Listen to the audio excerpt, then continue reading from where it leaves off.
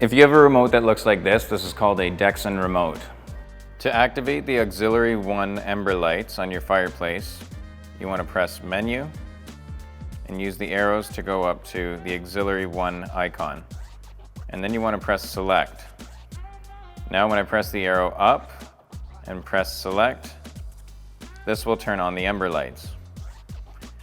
If you want to adjust the lights up or down, again you go Menu, use the arrows to go up to auxiliary 1, press Select, and then I can use the arrows to turn it up to high, and then I will press Select. This will turn the ember lights up.